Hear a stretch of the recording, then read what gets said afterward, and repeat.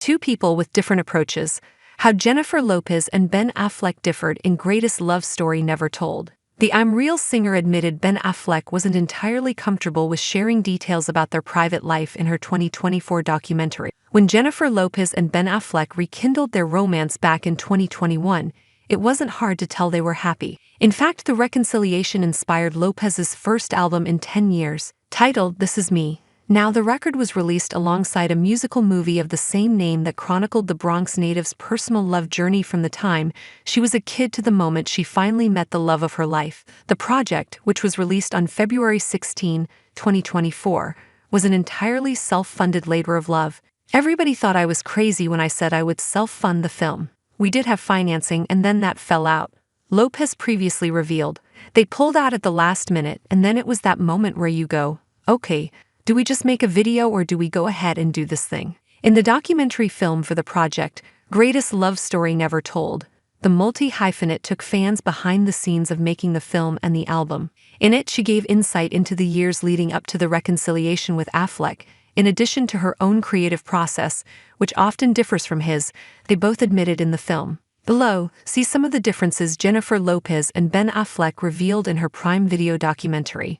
At the beginning of the documentary, Jennifer Lopez opened up about how the process of making the music came about. She revealed that part of her inspiration was a collection of letters she and Ben Affleck had previously exchanged. On that first day in the studio, I showed everybody this book. This book is a book that Ben gave me on our first Christmas back together.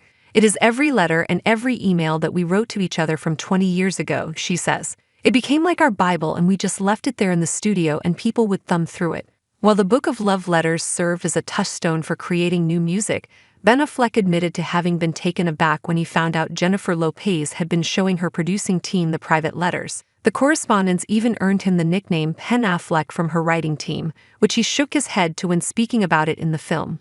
I did really find the beauty and the poetry and the irony in the fact that it's the greatest love story never told, and if you're making a record about it, that seems kind of like telling it, he admitted. While parsing through parts of the script with J.Lo, Ben Affleck made a cheeky joke about how she cast herself as the younger version of herself in the movie. I love that you want to play younger even in the autobiographical, the accountant actor said with a smile. This is not my autobiographical, Lopez clarified. This is meta.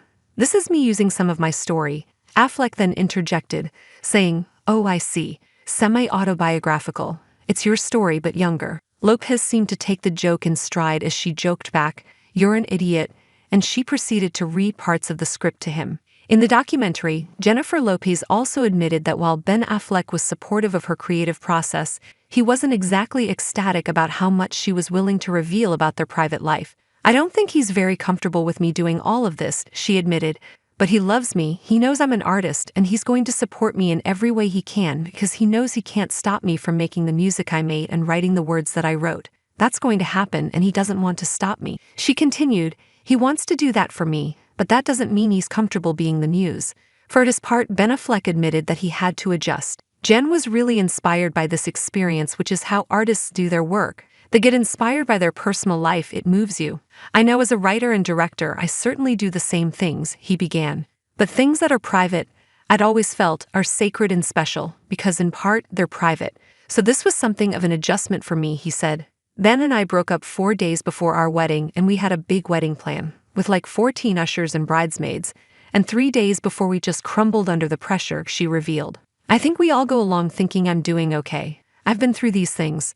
If you're like me, you kind of shake it off and put your best foot forward and just do your